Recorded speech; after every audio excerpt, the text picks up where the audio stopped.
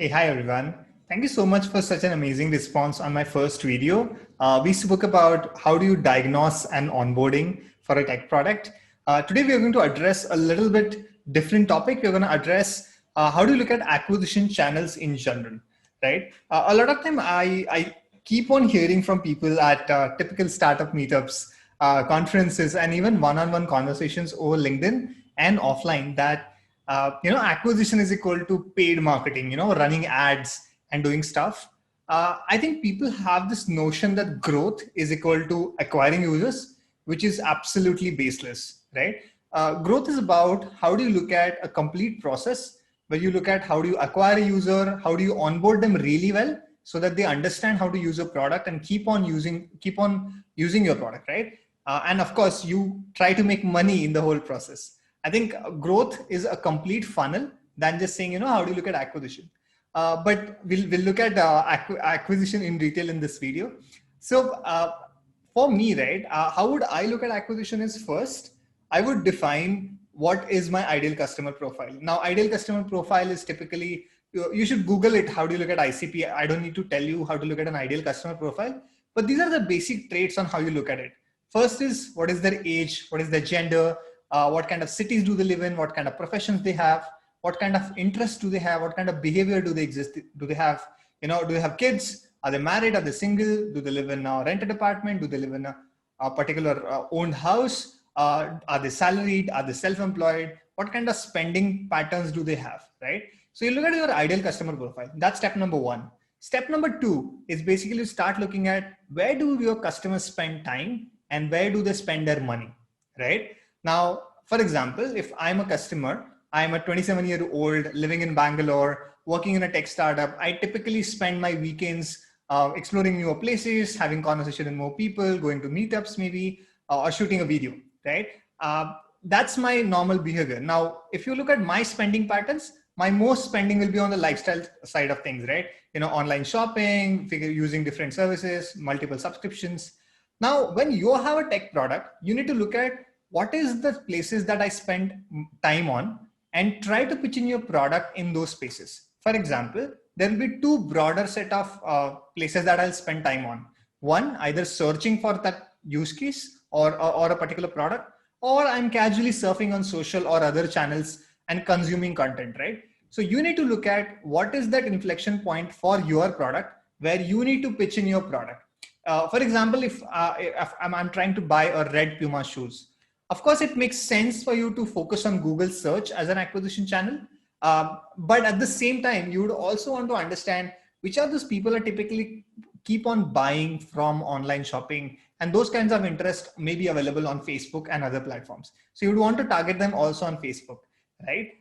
And of course, segregate that audience by saying, okay, a particular age bucket, say a 25 to 35 male and female audience living in a tier 1 city in India, and exhibiting a behavior which is online engaged shoppers might be your audience. So similarly, not just for digital, but you can also start looking at other channels, right? For example, first we spoke about paid ads. Second, let's talk about how to look at product integration.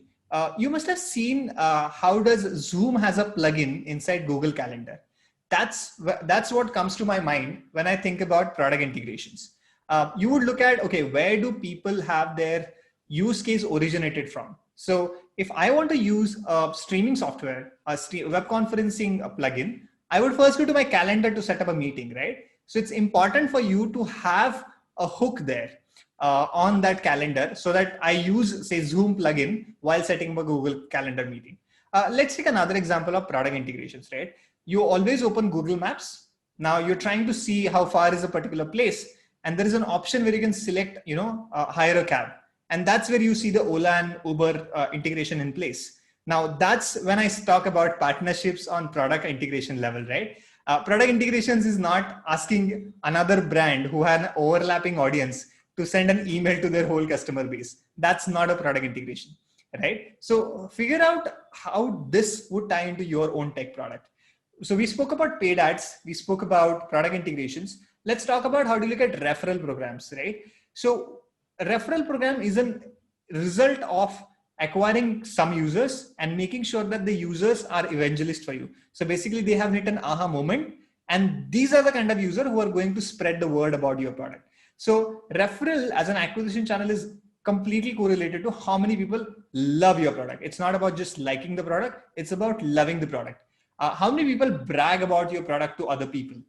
You need to figure out what kind of users are these and what kind of incentives can you do to these users so that they keep on sharing your product to other people. This applies largely to consumer businesses and not so much for B2B businesses.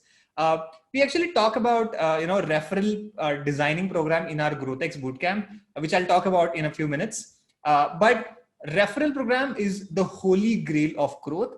And if you have an amazing growth loop, you don't need to spend any money on doing paid ads or talking to hundreds of vendors or hundreds of other tech products to do integrations. The fourth I want to talk about is around content, which is organic. Now, if you're a web or app, I think everybody knows about App Store optimization and search engine optimization. And I don't need to tell you that because you can just Google it. But my few takeaways on organic in general is try to create an engine than saying you pushing certain amount of content. For example, if you are into, say, lending business, right? And you want to write hundreds of articles about lending business, it's important for you to create a way that you can, say, for example, create a syndicate of writers to write for you than you writing it one after the other, because a syndicate would help you also distribute the content, right? Another way to look at it is how can you use your existing customers to generate another loop of content. Now, let me look at this. If, for example, Instagram as a platform, whenever somebody onboards on Instagram and they start posting, images and pictures, that allows them to actually have more value to the platform. So this is particularly called user-generated content, right? So the more user-generated content you have, the more users you will attract to the platform because they want to explore what's happening in others' lives. So this can also apply to platforms which are like Quora and, say, for example, Reddit, right? Quora works on the similar principle, wherein if you are answering a lot of questions and asking a lot of questions, any other person who is searching for answers to those questions goes to Google and types in the question and Quora result comes up, right? So it's basically people are exploring Quora because of the answers, coming on Quora, looking at those answers, then also answering few of the questions there that they know of.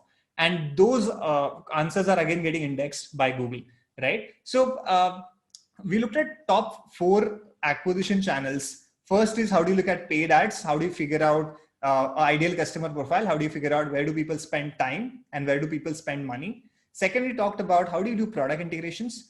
Third, we spoke about how do you look at in general referral program and why are they key to growth. And fourth, we talked about how do you look at organic user-generated content.